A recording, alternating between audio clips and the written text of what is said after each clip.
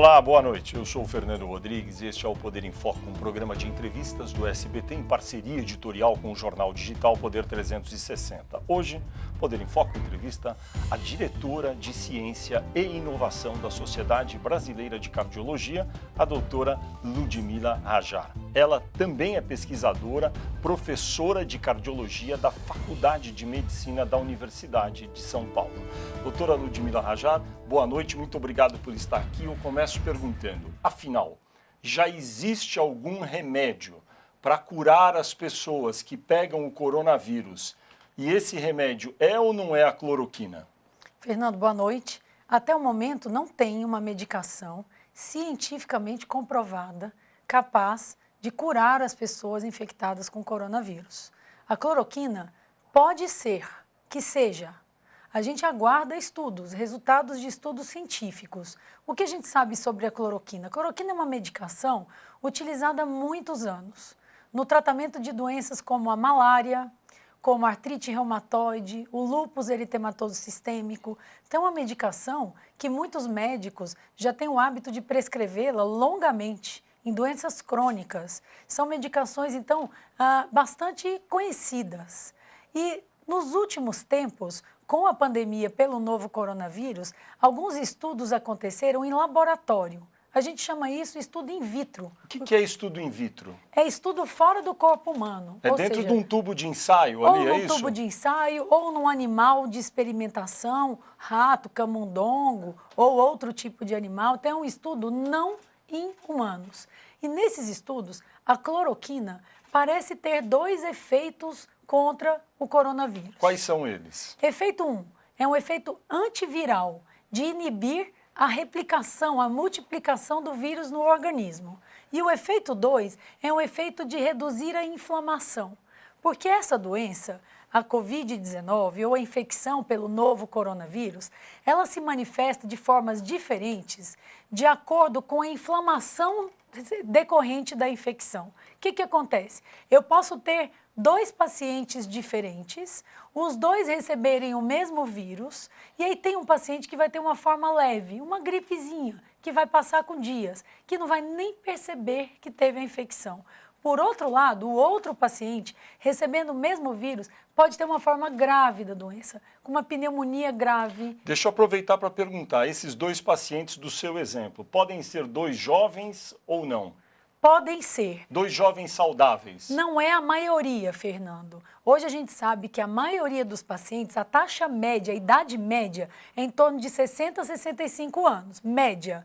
E a maioria tem alguma doença de base. Mas eu perguntei para a senhora justamente porque a senhora disse o seguinte, dois pacientes, um pega o vírus, pode ter uma gripezinha leve e nem percebe, e o outro pode ser muito grave.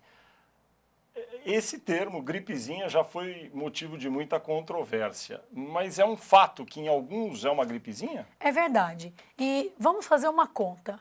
De cada 100 pessoas com infecção pela Covid-19, 80 delas vão ter a forma leve.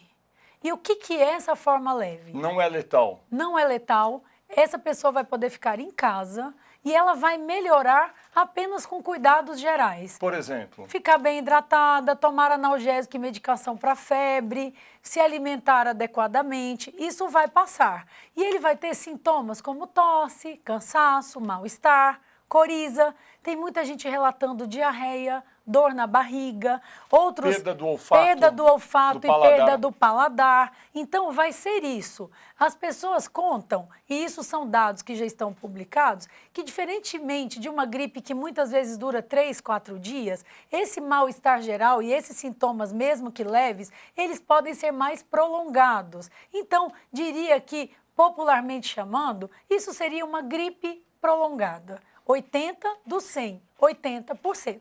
Aí vamos lá para os outros 20 pacientes. Esses 20 que receberam o mesmo vírus desses 80, eles podem ter uma manifestação mais séria, que começa pelos pulmões. Pneumonia é a manifestação séria mais comum, porque o vírus entra pelas vias aéreas e aí ele tem uma predisposição a afetar os pulmões. Então ele vai ter pneumonia.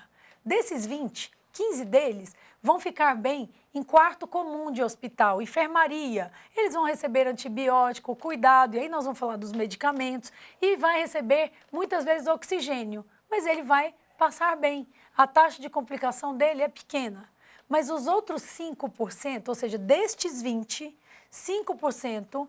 Não, dos 100, 5%. Dos 100, 5%, isso. Então, dos 100, 80 vão ficar em casa de forma leve, 15 vão ser internados e vão ficar bem no quarto ou na enfermaria com boa evolução e 5 vão precisar de UTI. E é essa a forma grave da doença. E a pressuposição é que essa forma grave da doença seja consequência de uma inflamação do próprio organismo, como se o organismo do paciente fosse atacar o vírus. E ao invés de atacar só o vírus, ataca a si próprio. Existe uma inflamação sistêmica. Deixa eu fazer uma pergunta para os nossos telespectadores acompanharem isso aqui. Esses 80 pacientes de 100, no exemplo que a senhora deu, que vão ter sintomas mais leves e poderão eventualmente ficar em casa, vão ficar sempre na dúvida. Daí começa a ter uma coriza, começa a ter dor no corpo, tem um pouco de febre. Como é que quem está nos assistindo agora, depois de 2, 3 dias, sabe se é a forma leve ou se precisa ir para um hospital? A presença de sintomas e sinais como febrícula, febre de 37,8, tosse, coriza, mal-estar geral, eles não indicam gravidade da doença. O que faz a pessoa decidir que ela tem que ir para o hospital? Especialmente o sintoma chamado falta de ar ou cansaço. Cansaço, quando a gente fala um cansaço do corpo, um mal-estar que qualquer resfriado pode dar, não significa forma grave. Mas quando a gente fala cansaço, faltar o ar, como se você tivesse com a fala cada vez mais difícil para você falar, difícil para você respirar, sentindo que a sua respiração está superficial, você não consegue falar por mais de 10 segundos, você prende a respiração e logo solta a respiração, ou seja, são sinais e sintomas de comprometimento da respiração. Com ou sem febre? Com ou sem febre. Então, se o cansaço vem progredindo, vem ficando mais intenso, procure a emergência. E muitas vezes você passou por aquele estágio inicial de febrícula, de tosse, mal-estar, e aí volta com febrão novo, febre acima de 38 graus, prolongada, que não passa, e aí vem o cansaço, procure assistência médica. Agora vamos voltar a falar desse tema que tem sido muito debatido, que é a cloroquina. A senhora falou no começo já da entrevista.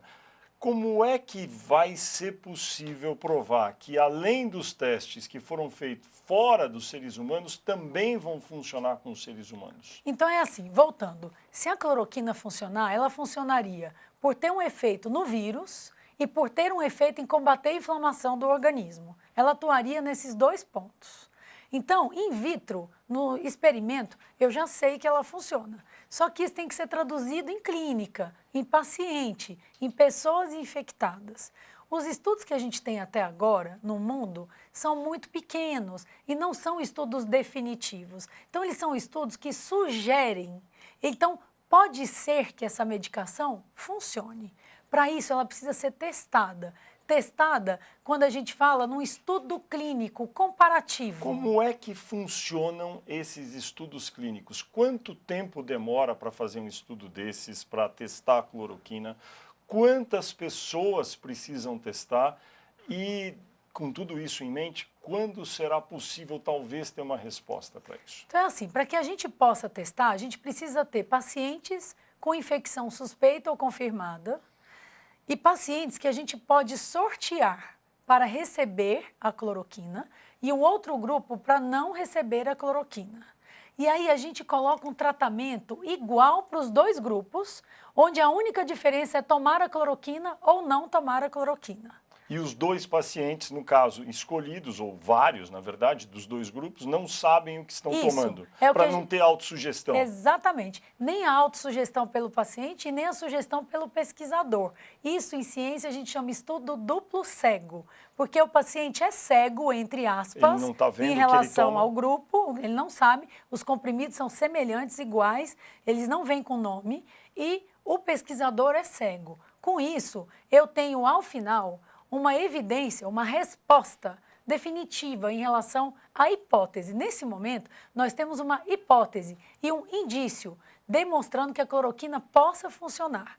Nesse momento, o mundo está testando em ensaios clínicos e estudos comparativos, como esse que nós estamos falando. Tem algum país que já fez esse estudo ou está em vias de concluir um estudo desse? A China está em vias de concluir, os Estados Unidos estão em vias de concluir e o Brasil também está realizando 2 estudos. Quais são eles? Um estudo, ele é coordenado pelo Dr. Marcos Vinícius Lacerda, que é infectologista de Manaus. É um estudo patrocinado pela Secretaria do Estado da Saúde de Amazonas, junto com a Fiocruz, Farmanguinhos. Então, é um estudo bastante importante.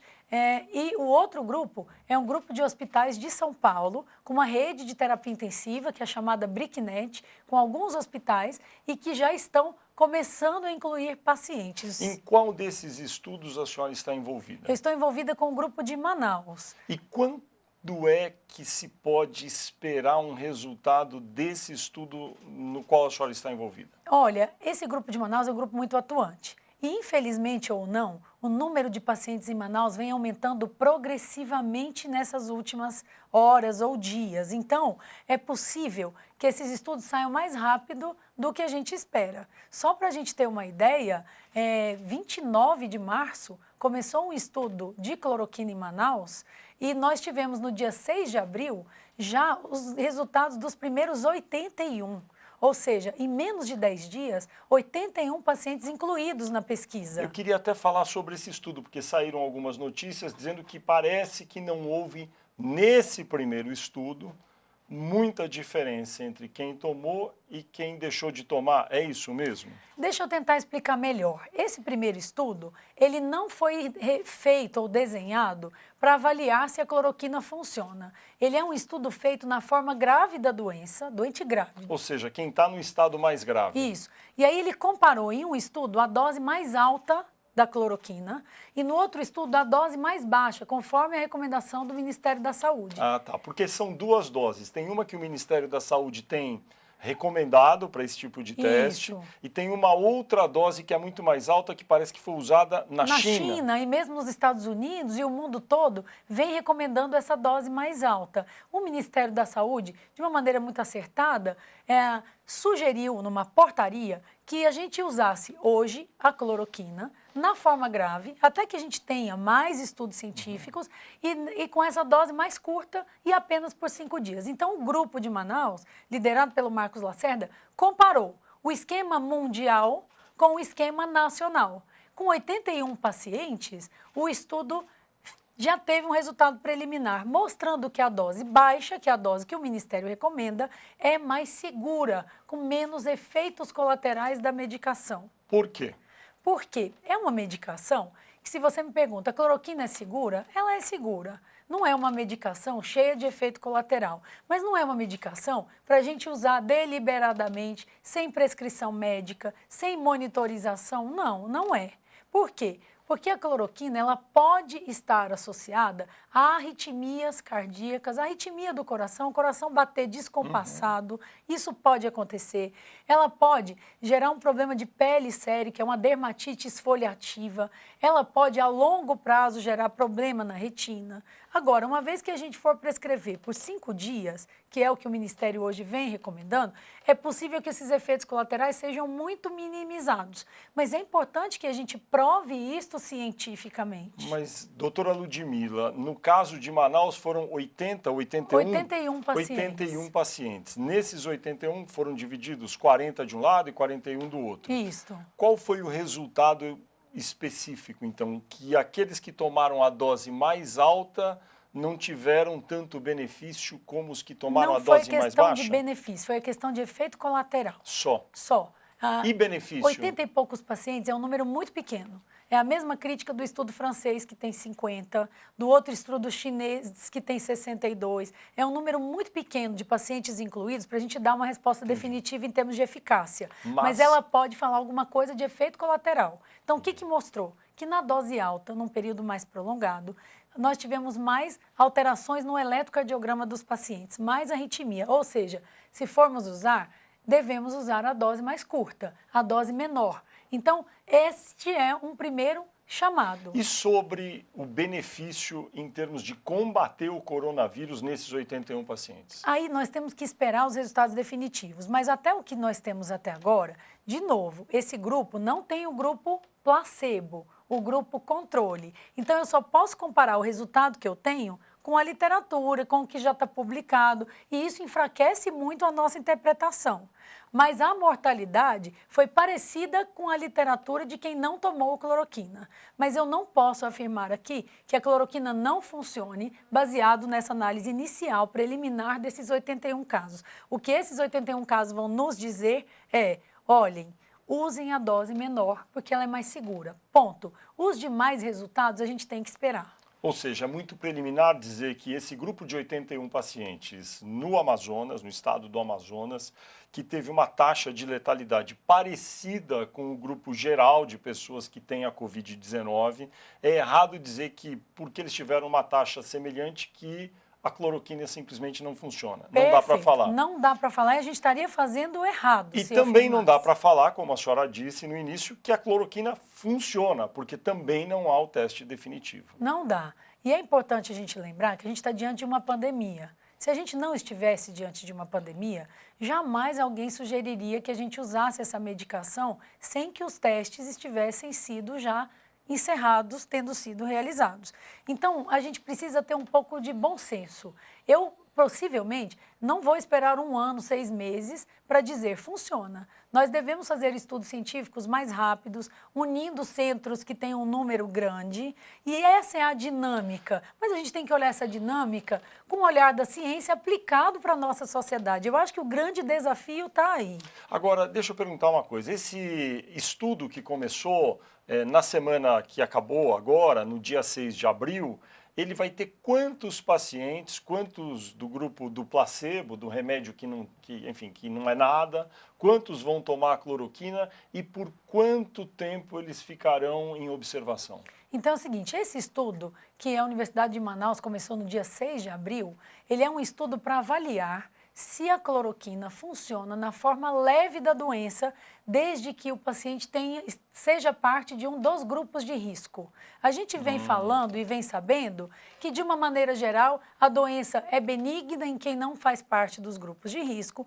e ela pode ter uma gravidade maior nos pacientes que têm um problema no coração, ou um problema no rim, ou um problema respiratório, ou câncer, que é o chamado grupo de risco. Mas a senhora falou que aqueles que não estão neste grupo, a doença tem uma manifestação benigna. É possível dizer isso 100%? Ou uma pessoa, sei lá, de 25 anos, homem ou mulher, saudável, sem nenhuma, como se diz, comorbidade, que é a palavra que todo mundo aprendeu a falar recentemente, ninguém sabia o que era, que é quando tem alguma outra doença pré-existente. Essa pessoa não tem nenhuma doença.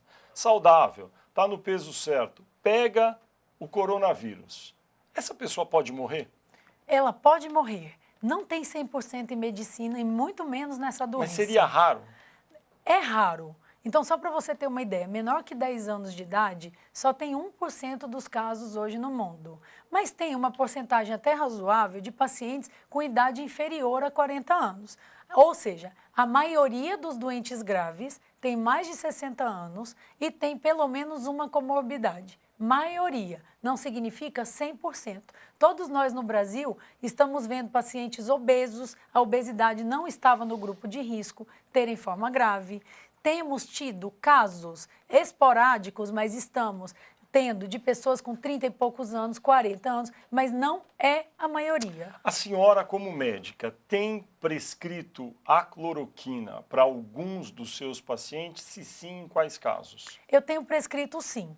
E eu deixo muito claro para o paciente e para o seu familiar responsável, assim como nas instituições que eu trabalho, que eu estou prescrevendo, de acordo com a portaria do Ministério da Saúde, de acordo com a recomendação do FDA, que é individualizar, usar nas formas mais graves, e que eu ainda não tenho embasamento científico para tal. Ou seja, hoje, você me perguntar, você tem usado cloroquina nos seus pacientes? A minha resposta é sim, tenho usado. Pode ser que daqui a 1 mês isso mude? Pode ser. Mas hoje, a única evidência que eu tenho até o momento, ela é fraca cientificamente, mas desde que eu conheça o doente, siga o doente, Vou saber reconhecer um efeito colateral, eu tenho usado sim a cloroquina. Só para o nosso telespectador acompanhar, a doutora Ludmila falou que é recomendado pelo governo brasileiro, tem um protocolo do Ministério da Saúde e também da FDA, que é uma espécie de Anvisa nos Estados Unidos, que é uma agência reguladora lá da saúde americana e que também tem normas parecidas neste momento. Voltando para o seu estudo, serão cerca de quantas pessoas? 210 pessoas, isso. E daí, a sua expectativa, nós estamos agora ainda na primeira quinzena de abril, é que até o final de abril, digamos, 30 de abril, será que já vai ter o resultado? Se não tem um resultado definitivo, infelizmente, pelo número progressivamente grande de casos que vem acontecendo em Manaus, acho que pelo menos a metade dos doentes incluídos teremos. E agora, a evidência científica é só com os 210, com o estágio Sim. completo do ciclo do vírus concluído, para poder dizer.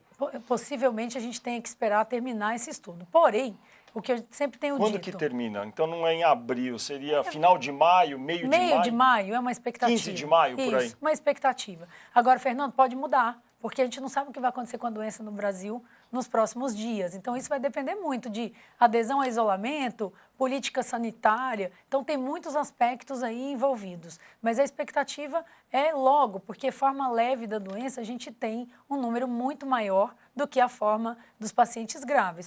E os graves, eles conseguiram, o pessoal de Manaus, incluir rapidamente 80 doentes. Por isso que a expectativa é boa. Se alguém quiser entrar nesse estudo e estiver em Manaus, pode se inscrever? Pode se inscrever. Na verdade, o pesquisador principal é o Dr. Marcos, são os pacientes que estão sendo admitidos no Hospital Referência de Manaus, da Secretaria do Estado da Saúde, e esses pacientes, então, dado um termo de consentimento livre e esclarecido para o familiar e para o paciente quando esse está consciente, esses estão conscientes, Assim, que é a forma leve, conhece o estudo, sabe dos riscos, então é isso que é a ciência adequada. Assina, tem conhecimento e aí esse paciente passa a receber a medicação e é monitorizado. Agora, 210 pessoas testadas, metade sabe, quer dizer, nenhum sabe o que está tomando, metade vai tomar cloroquina, outra metade não vai, toma um comprimido de farinha, uma coisa inócua.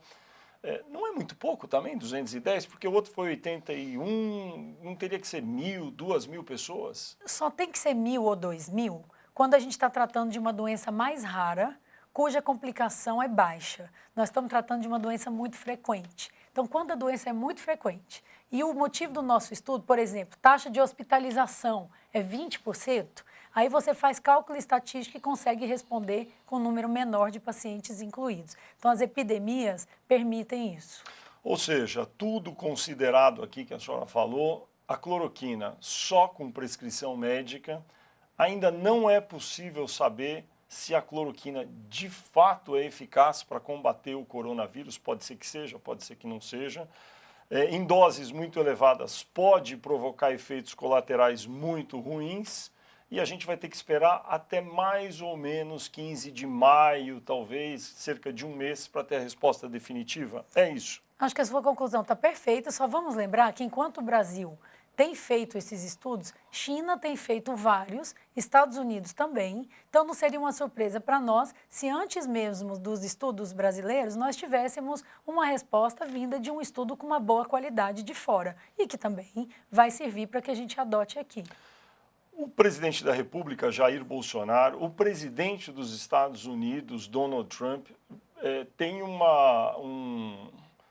têm sido muito recorrentes nas declarações de ambos, falar sobre a cloroquina, dizer que a cloroquina pode ser a salvação nessa pandemia. Esse tipo de discurso dos dois presidentes, tanto Trump como Bolsonaro, são adequados para informar corretamente a população? Fernando, eu diria que em tempos de pandemia, as respostas que a gente obtém de governo, de sociedade, elas refletem muito a dualidade que os líderes ficam, muitas vezes, frente ao risco de mortalidade e dessa epidemia se alastrar, como também das consequências socioeconômicas. Quando a gente ainda mais está falando de um país como o Brasil, não é? A gente vem enfrentando várias dificuldades nos últimos anos, com o empobrecimento da população, uma população que tem envelhecido, um sistema de saúde que tenta atender a todos e não consegue. é compreensível esse tipo de situação, porque, na verdade, os líderes, eles querem ajudar a sociedade, a maneira deles. Então, se, por um lado, existe o problema e o impacto da doença na mortalidade da população, na necessidade de leitos, no atendimento médico, por outro lado, tem um impacto social e econômico. E isso pesa. E aí vem uma balança para um lado e para o outro. Mas então, o discurso do presidente Bolsonaro, sempre dizendo sobre a esperança que se tem na cloroquina, é prudente? olha, eu diria que se eu pudesse reformular, digamos assim, que se ele não tivesse dito isto, eu diria que, olha, tem uma medicação que pode ser que funcione e nós vamos dar celeridade nos estudos clínicos, porque de fato o governo deu. Nós temos que dizer que a CONEP, que é a nossa agência regulatória ética, ela tem aprovado os estudos clínicos em 24 horas, 48 horas, ou seja, o Brasil está investindo para que a gente consiga trazer essas respostas. Então, na verdade, é dizer a mesma coisa de um modo um pouco diferente. Podemos usar, aparentemente, é uma medicação que pode realmente auxiliar no tratamento e não na prevenção. E realmente o Ministério da Saúde foi muito feliz na sua colocação. Ele fez uma portaria, liberou para a sociedade, recomendando que essa medicação fosse utilizada no ambiente hospitalar sob prescrição médica. Eu acho que essa é a prudência. Mas aí unem-se os cientistas com os governantes e aí o equilíbrio é tomado. Eu acho que essa doença, para nós brasileiros, ela é sem precedentes. Então, nós vamos viver verdades transitórias, um entusiasmo que é para ajudar a população e depois a gente recua. E eu acho que está todo mundo junto esperando uma solução. A senhora esteve recentemente com o presidente Jair Bolsonaro. Que tipo de dúvida ou aflição ele vocalizou na conversa com os médicos, com a senhora, inclusive, que estavam presentes? Olha, eu tive a honra de ser convidada para essa reunião. Essa reunião selecionou algumas pessoas no Brasil que estão estudando a cloroquina, seja com dados de registros, de experiência, seja com pesquisa. E foi uma reunião na qual o presidente se mostrou querendo ouvir. Então, vocês têm alguma coisa para me contar? Qual que é a impressão de vocês? Quanto tempo esses estudos vão sair? Então, foi um líder de um país preocupado com a situação e não mais de uma vez ele falou e repetiu: eu sei da gravidade da doença, sei do impacto que isso pode causar à população, mas eu também tenho que pensar em alimentar as pessoas. E é por isso que eu estou tão preocupado atrás de uma solução. Então, foi uma conversa muito aberta e no qual ele demonstrou: estou aqui para ouvir vocês. Foi isso. Ele perguntou para os médicos presentes, para a senhora inclusive, se a forma como está sendo adotado o sistema de confinamento em algumas localidades e estados brasileiros é o adequado ou se deveria ser alterado? Nós chegamos a discutir, não foi nem em forma de pergunta, foi uma discussão, cada um dando a sua opinião. E naquele dia, alguns dias atrás, a opinião de todos ali é que no momento daquela reunião, nós não tínhamos nenhum dado de segurança para que a gente mudasse a estratégia do isolamento. Então essa foi uma opinião unânime de todos e o presidente ouviu. E ele apresentou algum argumento ou só ouvia? Só ouvia, discutia, sempre demonstrando preocupação. E foi esse o motivo da reunião. Tem alguns outros remédios que tiveram seu imposto de importação zerados, como suplementos, como vitamina, como zinco, por exemplo. Qual é a sua opinião sobre esse tipo de uso, desse tipo de suplemento ou vitamina neste momento para quem tem a Covid-19? Olha, Fernando, como médica e pesquisadora, hoje eu não uso vitamina D e zinco em um paciente com suspeita ou infecção confirmada por Covid-19. O que tem nesse momento é o seguinte: alguns estudos sugeriram que os pacientes mais graves, que têm a forma grave da doença, têm os níveis mais baixos de vitamina D, tem falta de vitamina D. Melhor tomar sol? Isso, mas isso já tinha sido demonstrado lá atrás em outras condições, ou seja, o doente da UTI. Ele é um doente mais grave. Quando a gente dosa a vitamina D do paciente da UTI, independente dele ter Covid ou não, e quando a gente dosa a vitamina D de quem está saudável, a vitamina D do paciente da UTI já está mais baixa. Lá atrás foram feitos estudos de suplementação de vitamina D fora de Covid, com outras infecções ou motivos de UTI. E suplementar não resolveu nada. Então, foi entendido que a vitamina D baixa é um marcador de gravidade, mas o suplemento não mudaria. Então, hoje, a gente só vai poder recomendar vitamina D se a gente fizer um estudo. É errado dar? É errado você suplementar qualquer problema de vitamina? Claro que não. Então, se você tem déficit de vitamina, medicamente falando, a gente repõe na alimentação e aí com formas distintas. Agora, ir lá e cravar, vitamina D reduz a mortalidade, não dá para falar. Doutora Ludmila Rajar, muito obrigado. Só um minutinho, porque o Poder em Foco vai fazer um breve intervalo e a gente volta já já para conversar com a doutora Ludmila Rajar.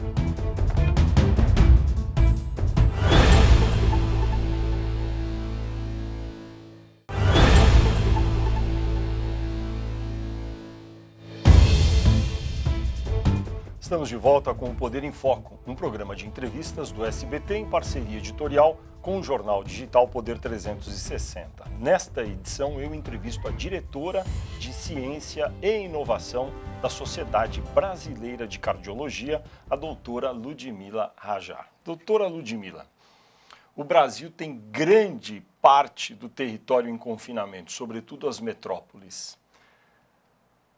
Há algum exagero na forma de confinamento atual? Eu não acho que haja exagero, Fernando. Nós estamos falando de uma doença que ela tem duas características ruins. Um é o poder de transmissão. A gente chama isso, cientificamente, em R0, é uma taxa. E hoje o R0 da Covid-19 é 3, o que significa que para cada um paciente infectado, em média, ele transmitirá para 3 pacientes. Enquanto a gente não reduzir esse R0, infelizmente o isolamento ainda é bastante recomendado. E a segunda característica ruim dessa doença é a taxa de mortalidade, que, como você pode saber, ela foi muito variável de país a país. Na Alemanha, a mortalidade por Covid-19 é 0,8%. Na Itália, é 12%. Ou seja, 15 vezes mais. Então, é uma doença que transmite muito e que não tem uma mortalidade desprezível. Portanto, a gente tem que seguir as recomendações dos estudiosos, das agências sanitárias. E no caso do Brasil, em especial, a gente está sempre falando achatar a tal curva, achatar a curva. O que é achatar a curva? O que é achatar a curva, doutora Ludmila? O que é achatar a curva do vírus? Quando a gente tem uma curva de incidência, então você começa aqui com poucos casos, como nós começamos um mês e pouco atrás, e aí vai subindo, e aí esses casos vão fazendo um pico. E esse pico pode ser progressivamente maior com o passar do tempo. Se eu consigo manter uma taxa de transmissão estável, mas mantida, eu não zerei, mas eu posterguei. Eu joguei a doença para ela durar mais meses, mas eu fugi do pico. O que isso significa para um sistema de saúde como o nosso? Tempo para a gente respirar. Tempo para a gente estruturar hospitais, UTIs, capacitar, conseguir equipamentos. Se a gente não achar a tal da curva, em 1, 2 meses a gente tendo pico, nós não estamos preparados. Haveria um colapso do sistema de saúde dos hospitais. Essa é uma frase pesada que assustou muita gente, mas nós, profissionais da saúde e os cientistas, a gente pode dizer que se a gente não aderir ao que tem sido recomendado, pode sim resultar nisso. Tem estudos hoje falando e mostrando que se a gente chegar em 210 mil casos confirmados em um mês, 95% das UTIs estarão lotadas. Então a gente tem que fazer de tudo para evitar uma catastrófica elevação de casos. Agora, tem algumas pessoas, sem fazer juízo de valor, vou citar uma delas que tem sido muito ativa nas redes sociais, foi ministro do presidente Bolsonaro, é médico, deputado federal, que é Osmar Terra, lá do Rio Grande do Sul. Ele vem falando assim, olha, tudo que eu vejo é que as curvas são todas iguais, não tem esse negócio de achatar a curva, todo mundo vai pegar e depois vai cair e é assim mesmo. Está errada essa interpretação? Para mim está errada. Eu não concordo com a opinião dele, não. Eu acho que a gente trabalha com estatística, com probabilidade. Isso não dá 100% de certeza, ou de previsão, ou de predição, mas ela acerta pelo menos em média, na maioria dos casos. Então, tinha a história, inclusive, de a doença vai ter um comportamento diferente no Brasil, porque nós estamos falando de um país tropical, que a temperatura mais alta vai proteger. Aí tem um monte de casos em New Orleans, tem um monte de casos em Los Angeles, tem na Flórida, tem em Manaus. Então, são conceitos de pré-disposição e que caíram por terra já nessa doença. Então, eu acho que nós já tivemos experiências muito ruins mundo afora e tivemos experiências ruins em países europeus, então dentro da União Europeia, que tem muito mais investimento em saúde. Reino Unido passando sufoco, com NHS, um sistema de saúde quase que perfeito. Então, acho que nesse aspecto é melhor a gente ser um pouco mais cuidadoso nas previsões. Agora, deixa eu perguntar de novo, a gente começou esse bloco falando do confinamento, do distanciamento social, outra expressão que ficou popular agora ultimamente. Serviços essenciais estão permitidos, então as pessoas podem andar de ônibus, de metrô, podem ir ao mercado, à farmácia. Então, lá no supermercado tem uma banca cheia de tomates, de laranja, todo mundo pega, coloca a mão, porque nem todo mundo vai usar luva. Qual a diferença de abrir, então, um supermercado e uma loja de sapatos ou de roupas? Qual é o grau de risco que existe maior em abrir o restante do comércio? Eu acho que a sua pergunta ela é fantástica. Sem dúvida, eu não tenho a resposta mais adequada para ela, porque eu acho que, nesse momento, todos estão correndo risco. Acho que profissionais da saúde foram escolhidos para estar na linha de batalha, porque é por definição, a gente está aqui para isso. E as pessoas dos serviços essenciais, que são fundamental para a manutenção da vida das pessoas. Mas isso reforça o fato de que essas pessoas, que somos nós, que estamos sob risco, a gente tem que se cuidar. Então, o que você falou, evitar pegar na laranja sem antes utilizar água e sabão ou álcool gel pré e pós. No ônibus, se possível, use máscara, mesmo que caseira, para evitar o compartilhamento de gotículas, de espirro e de tosse. Mantenha o distanciamento pelo menos de 1 metro. Eu acho que a diferença, Fernando, é o número de pessoas em risco, mas o risco está aí. Quando essas pessoas são essenciais, elas estão definidas para correr risco. Mas o que a gente tem que fazer é nos cuidar em excesso na medida do possível. Porque se fosse permitido, aí sim a gente já teria todos saído do isolamento. E nesse momento é arriscado. Quando a gente tiver alguma certeza de que a tal curva que vai levar, enfim, a contaminação lá no alto e ela parar e começar a descer, esse momento será aquele em que, digamos, as pessoas que estão fora do grupo de risco poderão ser liberadas? É bem possível. E pode ser que essa curva ela seja vista regionalmente falando, não nacionalmente. Então, vamos supor que tenham regiões ou cidades com um número muito pequeno de casos e um número pequeno que foi estável nos últimos dias. É possível você ir retirando do isolamento, cidade por cidade, região por região, de acordo com essa geografia e com esses dados que virão. Ou seja, o Brasil certamente não sai do isolamento de uma vez só, vai sair por cidade, por estado, por região. Eu imagino que seja assim. Por estado, por cidade, por região e por serviço, por necessidade. E quem sabe que a gente vai dar sorte de rapidamente conseguir obter um teste bom, aplicável, validado, que isso ajudaria demais o governo a liberar as pessoas já imunizadas para os trabalhos essenciais. O ministro da Economia, Paulo Guedes, falou recentemente que o governo tenta comprar cerca de 40 milhões de kits de testes, ou seja, para testar 40 milhões de pessoas. Esse número seria suficiente para um país de 210 milhões de habitantes ou não? Olha, 40 milhões de testes, a gente estaria testando 40% da população. Vamos ser bem cientistas. Não, menos, de 213 milhões, menos. Quase 40% da população, né? 10%, 20 milhões, 40 milhões, 20%. 20%. 20%. E é um número pequeno. Fala-se em passaporte de imunidade ou rebanho imunizado quando você tem mais de 60% da população. Mas tem a ideia de que se eu testo 20 milhões, mas já vivi a experiência aí do 1, 2 meses, eu tenho mais uma boa parte que já foi testada. Entendi. Então, isso, de alguma forma, vai ajudar a sociedade. O que vier de teste vai ajudar. As melhores experiências de países fora e que tiveram contenção da doença, diminuição da taxa de transmissão, o achatamento da curva e menor taxa de mortalidade, como foi o caso de Coreia do Sul, foi conseguir, obviamente, numa população menor, testar todo mundo, a maioria. Ou seja, 40 milhões de testes já seria razoável para o Brasil ter uma noção mais clara do tamanho da população infectada. Isso ter uma amostragem gigantesca. Sem dúvida.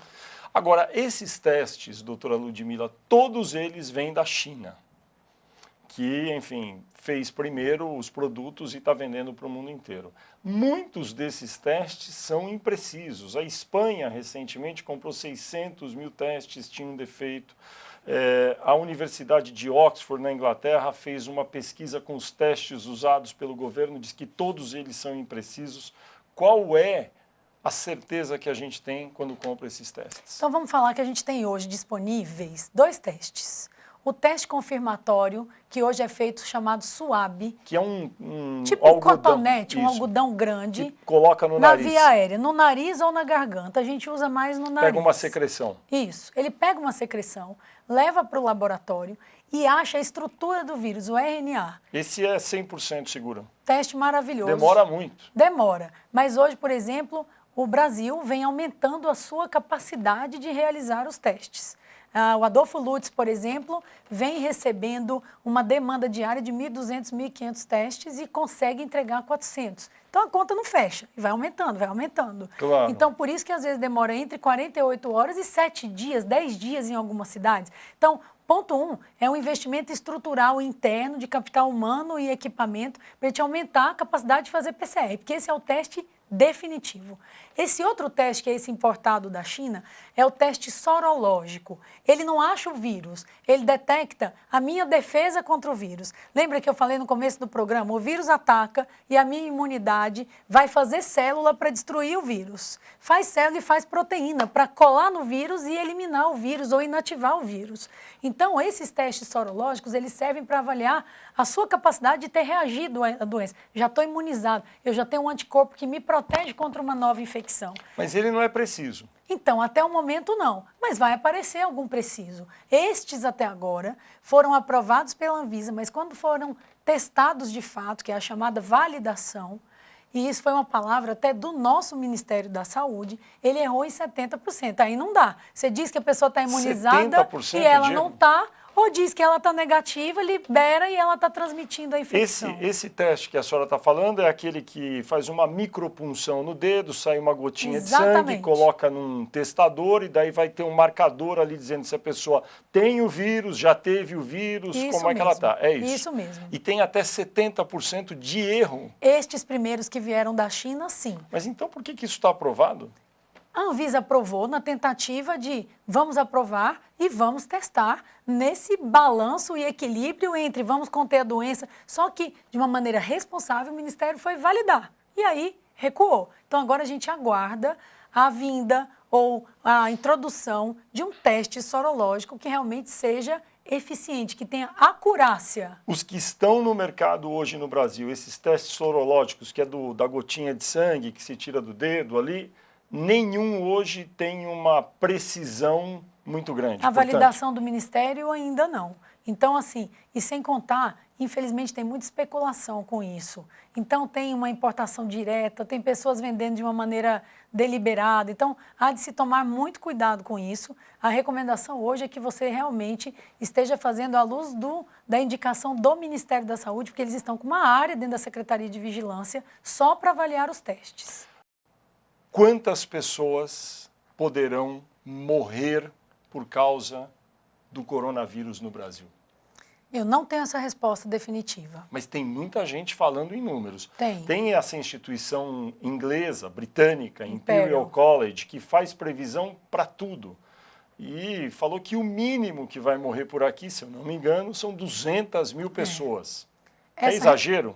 Essa realmente foi uma previsão que eles fizeram, que nós teríamos de 2 a 3 milhões de pacientes infectados e 200 mil mortos. Eu quero ser um pouco mais otimista, porque nós tomamos as medidas de prevenção, a população está isolada, mesmo que isso tenha um custo alto socioeconômico na vida das pessoas, e acho que a Organização Mundial de Saúde e Ministério da Saúde, com a experiência de países anteriores, como Itália e China, que não tiveram tempo de se preparar, estão fazendo um trabalho muito digno no sentido de orientar as pessoas. Não creio que nós vamos ficar com 20, 30 mil casos de infectados, não. Acho que o nosso número de infectados vai para 300, 400 mil pessoas. Agora, o número de infectados é um problema, sobretudo quando tem que ir a um hospital, mas o problema são realmente, o que é mais dramático, é o número de mortos. Sim. Não é? A senhora acredita, por exemplo, em números que a gente, no começo, só tinha a China para olhar, que são verdadeiros? Menos de 4 mil mortos na China? Então, esse número ele é bastante estranho quando a gente olha o tamanho da população e o fato de que eles foram pegos de surpresa. Quando a gente olha agora Itália, Espanha, são números que aparentam ser mais reais. Mas de um fato ou de outro, depois de 2 meses, eles conseguiram conter a transmissão da doença. Então, vamos ter a expectativa de que a doença começa no Brasil para valer em março. Vamos supor que a gente tenha pico. Agora em abril? Isso. Pico em abril, maio, junho, julho, a gente começa a achatar a tal da curva. Aí eu não acho que a gente vai com tanto pessimismo para 2, 3 milhões de doentes infectados e com 200 mil mortes. Mas, de novo, depende da nossa adesão da sociedade às recomendações atuais. Então, a questão do isolamento hoje, ela é fundamental. Pode ser que mude? Pode. Para isso tem pessoas estudando essa geografia da doença, o comportamento dela. As sociedades médicas estão muito unidas nesse aspecto. Agora, o pico da doença, de transmissão da doença na sociedade brasileira, a senhora disse que acredita que seja agora neste mês de abril de 2020, na virada para maio, é isso? Eu acho que é o mais possível. Eu sempre falo possível, Fernando, porque são cenários de probabilidade. E ele depende mais da aderência, da adesão da população às medidas. Então, na verdade, é uma conta. A doença vai ser menos transmitida e não vai alcançar pico, quanto mais a gente conseguir conter a população isolada e tomando todas as medidas de higiene pessoal e de contato. Então, isso é sem dúvida. Agora, num país de 8 milhões e 500 mil quilômetros quadrados, que até meados dessa semana que terminou, tinha até um estado ainda, acho que até terça-feira, Tocantins não tinha nenhum ainda caso de morte, não é? Num país tão diverso, como a senhora falou, se o pico, aparentemente em algumas regiões mais afetadas, for atingido na virada de agora, abril para maio, é possível entender que em maio, ao longo de maio, algumas cidades ou regiões comecem a realmente distender, relaxar a regra de isolamento? Eu acho muito difícil a gente falar isso agora. Eu acho que, infelizmente, a gente tem que esperar esses próximos 15 dias para ver como vai o comportamento da doença. As últimas 2 semanas não foram boas em termos de números. Então, tem as curvas que uma vai sendo colocada sobreposta à outra. Então, esses estudos, como o do Imperial College que você falou, coloca a curva do Brasil muito parecida com países europeus que tiveram picos e muitos casos e milhares de mortes. Então, nós temos que esperar, antes de fazer uma previsão mais acertada, ou pelo menos em probabilidade maior, como vai ser o comportamento da doença nesses próximos 15 dias no país todo. E quem fica falando, em geral, tem alguns médicos, algumas pessoas do governo até falando que no final essas previsões estão erradas, morrem no mundo milhares de pessoas por influenza, por tuberculose, não vai ser nada muito diferente disso. Esse tipo de observação é prudente? Eu acho que não é prudente, ainda mais quando a gente está falando de uma doença que é uma pandemia, e que 5% das pessoas precisarão de UTI, de capacitação de alto padrão, 20% vai precisar de leito hospitalar, e nós estamos falando de um país com 220 milhões de habitantes. Então, esse jogo não é bom. Nós estamos falando de uma doença altamente transmissível, de 20% de necessidade de internação hospitalar, num país que tem um sistema único de saúde, que no papel é perfeito, gerando universalidade, integralidade, equidade, nos fez muitas entregas, mas a gente não tem hospital e leito para todos os doentes. Que lições, se é que pode se chamar de lições, a pandemia de coronavírus vai deixar para o Brasil e para os brasileiros? Acho que lição número 1, solidariedade e união da sociedade. Acho que nós teremos um novo normal, uma nova métrica. A gente vai mudar o nosso pensamento, de olhar para todas as pessoas como os nossos iguais. Nesse momento, o risco que todos correm é igual, não adianta você ser de uma classe econômica melhor ou pior, todos estão no mesmo barco. A chance de faltar um leito de UTI é a mesma para quem paga convênio ou para quem não. Ou seja, nós hoje teremos possivelmente grandes aprendizados, que nós não gostaríamos que tivesse sido assim. Mas, sem dúvida, acho que vem disso uma sociedade melhor. Segundo ponto, vem uma sociedade que vai valorizar mais a saúde. Não só a sociedade civil, como os nossos líderes, governantes, porque a saúde é uma prioridade e desde 1988, na nossa Carta Magna, é um direito de todos e um dever do Estado. E no papel nós temos um sistema ótimo, mas infelizmente a gente tem que fazer mais pela população. Doutora Ludmila Rajar, muito obrigado por sua presença aqui. A senhora, que é diretora de Ciência e Inovação da Sociedade Brasileira de Cardiologia, deu essa entrevista muito importante aqui ao Poder em Foco e eu agradeço também a todos que estiveram aqui até agora acompanhando o programa. Aproveito para lembrar que você pode assistir a esta entrevista nos canais do SBT Jornalismo e do Poder 360 no YouTube. E no próximo domingo, logo após o programa Silvio Santos, tem mais um Poder em Foco, sempre conversando com personalidades do ambiente do poder. Eu espero todos vocês aqui. Uma boa semana a todos.